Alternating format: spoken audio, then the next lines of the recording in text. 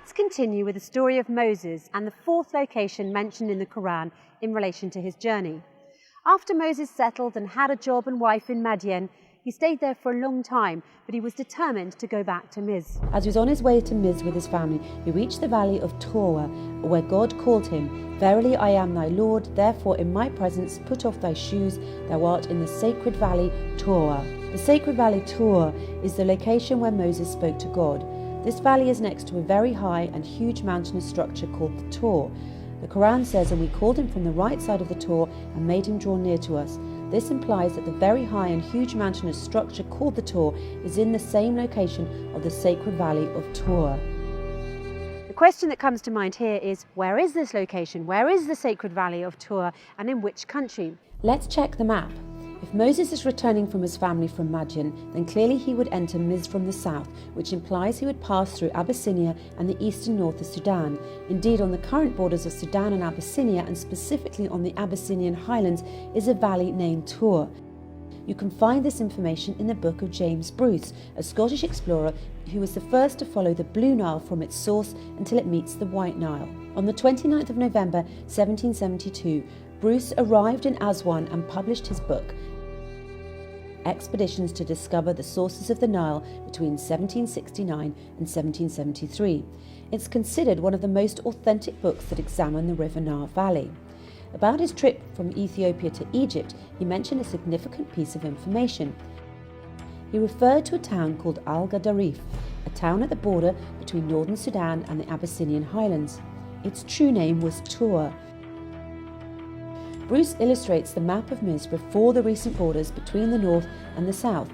On the map you can easily locate Tor next to Abyssinian Heights.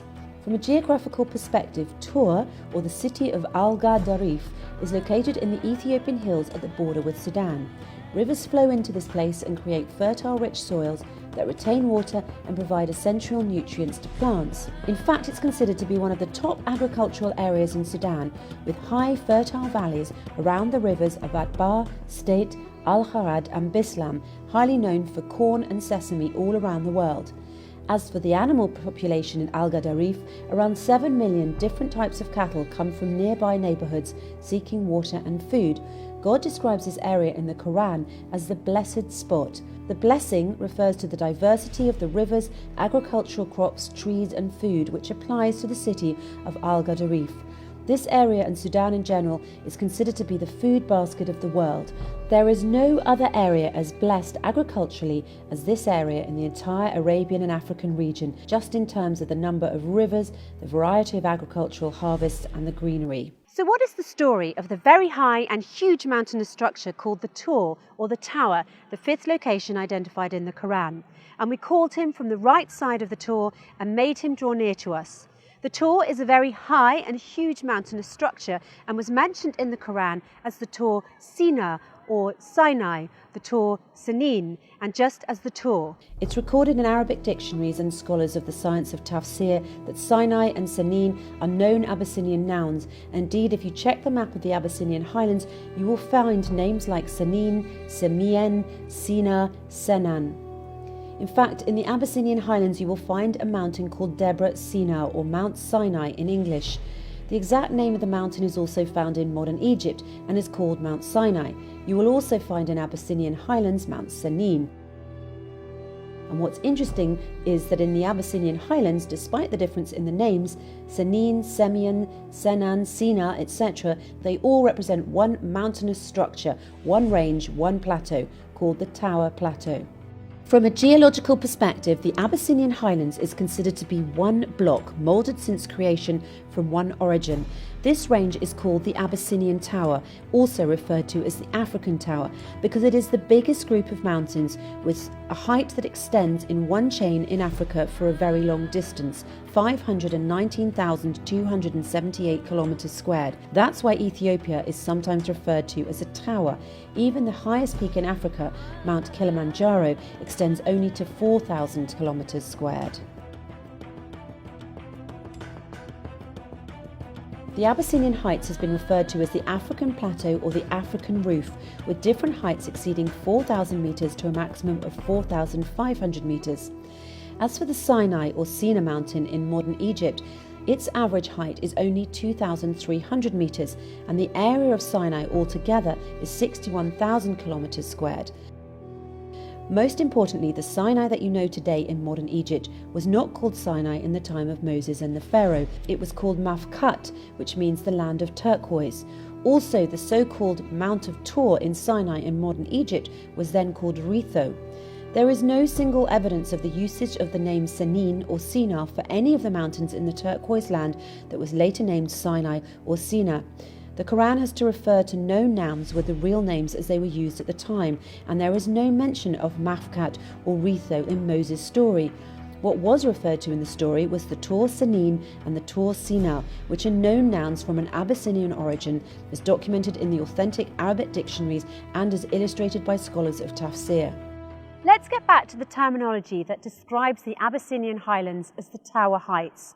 The word tower simply means the highest location from which you can see across the largest possible landscape around you. There's nothing as high and nothing as big as this spot in all of the Arabian and African region. To further simplify this, the word tower originally comes from tour in Arabic. The word tower in French is tour, in Spanish it's torre, in Italian also torre, and in German it's turm. It's clear they all come from the same word, the Arabic word tour. Of course, this is no coincidence, because if you look in the Oxford English Dictionary, you'll find that the origin of tower is tor. It's also worth noting that there's another name for the Abyssinian highlands, that is, the water tower. This is because it is the water source of the River Nile Valley for all this region, south from Abyssinia, north and east from Sudan, and all the way to the Mediterranean. When God swears by the Tor, then he swears by the Abyssinian highlands, or the so-called water tower, the source of the water of the River Nile, referred to as al-Bahra al-Major, or the large body of water kept filled in Quran. Yes, the River Nile is al-Bahra al-Major, or the large body of water kept filled. Let me clarify this one too. What is the meaning of al-Bahra al-Major? It means the sea that gets full until it floods, and as we know, the flood is a main characteristic of the River Nile. To summarise these meanings and connections, the River Nile originates from the Abyssinian highlands, the water tower, the Tor. Each year there is a flood season, so the soil gets fed with silt. This natural flooding phenomena is what created the first civilization in history, the Nile Valley civilization. Without the flood, there is no agriculture and no civilization. Al-Bahra al-Major, as mentioned, refers to the sea that gets full and floods, thus referring to the River Nile. As we answered before, the word al-Bahra in Arabic and in the Quran is used to refer to both river and sea. In a nutshell, the Tor is the source of al-Bahra al-Major, or the River Nile. At this point, you might also wonder, can there be a water stream that fit the definition of al-Bahra al-Major other than the River Nile? Well, what are the odds for a location that connects all the aforementioned dots, a location that meets the specific characteristics of the Tor Sinin, the Tor, the Valley of Tor, and al-Bahra al-Major, as referred to in the Quran, other than the Abyssinian highlands? In the Quran, also a tree springing out of Mount Sinai which produces fat and relish for those who use it for food. On the top of the Abyssinian highlands there is a belt of trees that extends to Senegal in West Africa. It's called the trees of shea butter that grows only on the equator, and their fruits contain butter that has an ivory colour. The shea butter trees only grow in Africa on their own accord without interference by humans. They're a blessing from God to the Africans. They support the people in their lives so they can use them in their nutrition, as a medicine, and to protect their bodies from the heat of the sun. The shea butter tree is also called the tree of life. It's a source of income for Abyssinian and African women because women in Africa are the ones who gather the shea fruit, wash and dry it, and grind the seeds to extract the butter. This tree has an extended lifespan, producing fruits for more than 400 years.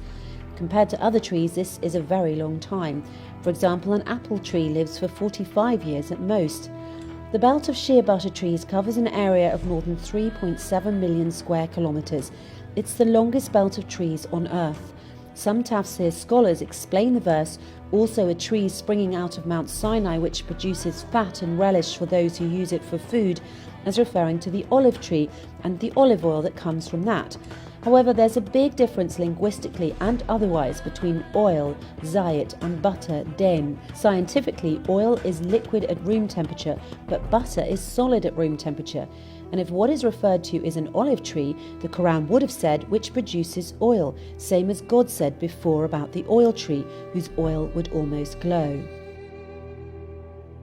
To summarise, as Moses was returning to Misr from Midian, Yemen, God talked to him at Tur Valley, that is next to the Abyssinian highlands, the Tur, at the Sudanese-Abyssinian border, which is currently called Al Gadarif, which was the southern part of Misr before the British colonisation.